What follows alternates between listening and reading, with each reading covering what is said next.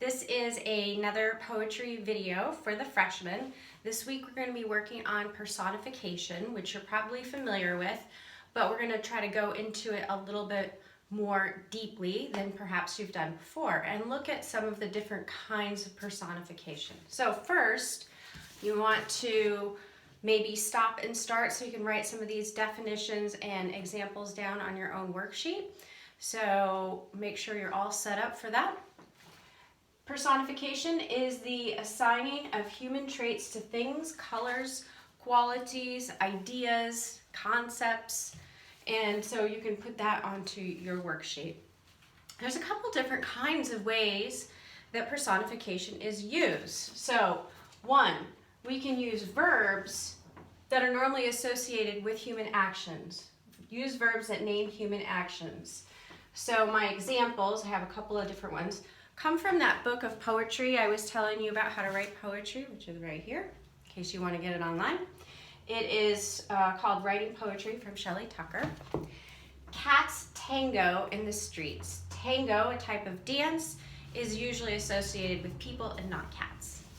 Number two, write with adjectives usually used for people. I was running out of room, so I sort of abbreviated, which is fine. You can do the same thing.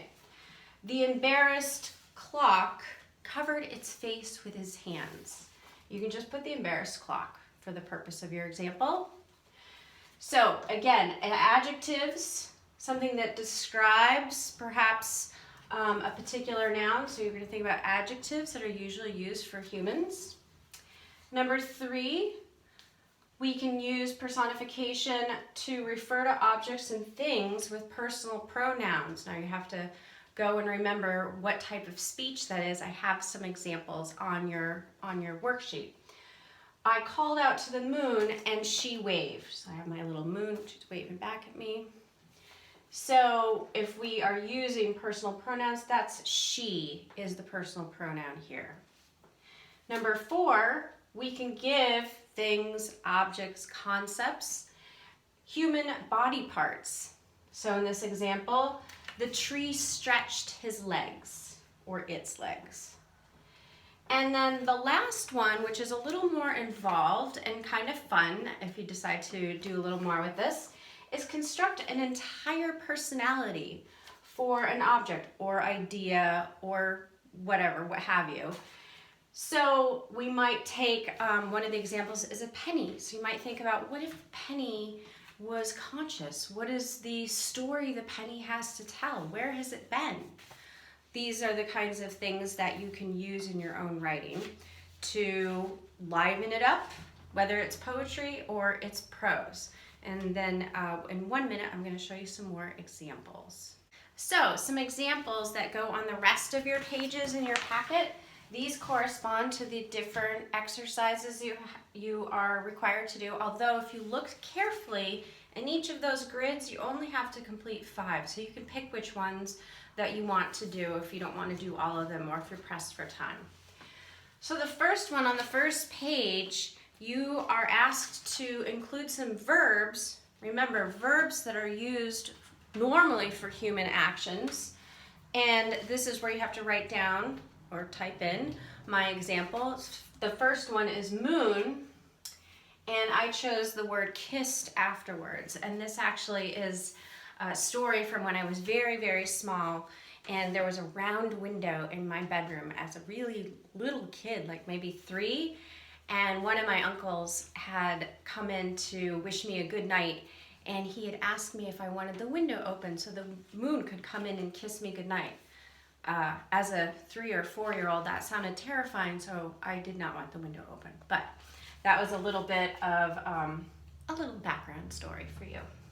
Number 2, in this particular exercise, you are going to be adding nouns after a number of adjectives. Adjectives that are often used for people and not necessarily objects. So in the first one, you have the word friendly, and I decided to put thermos. When I was making this assignment last year, I was looking at the thermos that you guys probably remember me bringing to school every day in the winter time. So I was thinking about my friendly thermos. And then I extended this a little bit more. This would be what you would do at the end of the page. My friendly thermos keeps me company. I could add more to that if I wanted to continue. Then exercise 3 is where you're going to add some personal pronouns. Remember, these are he, she, it, those kinds of words. So I kept up with my thermos for an example for you guys. And I wrote thermos in these columns. I decided the pronoun would be she, and I decided the verb would be ponders, which also means to think. And at this point, at the bottom of the page on this one, you can actually create a little start of a poem or a whole poem if you wish. And I did one for the thermos and this pondering idea. The silver thermos sleeps in my bag until I get to school. I pull her out, unscrew her head, and pour steaming ginger into my cup. She ponders her life. It is an endless cycle, starting full at sunup to depletion in the dark shadows of evening. Then, exercise 4, you are going to be thinking about the human anatomy and using that to personify some sort of object. So, first example, in the first column, my example is grief, and then I chose teeth for my anatomical noun, and the verb grind, because I was thinking of grinding your teeth, which is something I used to do when I was a child.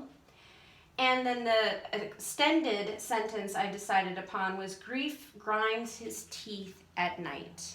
And again, I could continue this more into some sort of a poem if I decided to.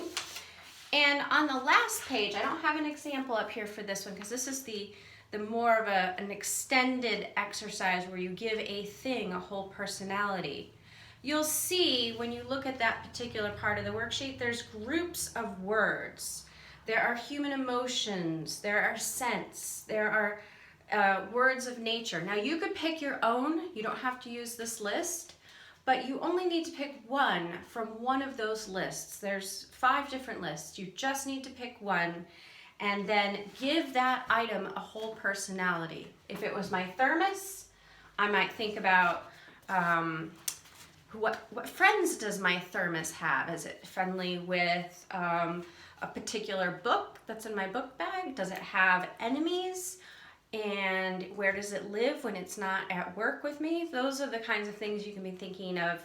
Maybe you choose to do a penny and think about what life does the penny have and where has it traveled? So those are some ideas that you can work on. I hope you enjoy these activities and I really hope that you guys are all doing well. Remember, I do an open office hour sort of drop-in from 12 to 1 on Wednesdays and Fridays. So feel free to stop by, to chat, to ask a question, just to say hello. And of course, if you have other questions and you don't want to be on that, you can just email me or put a comment under the assignment. And I will talk to you all soon. Take care and have a nice week.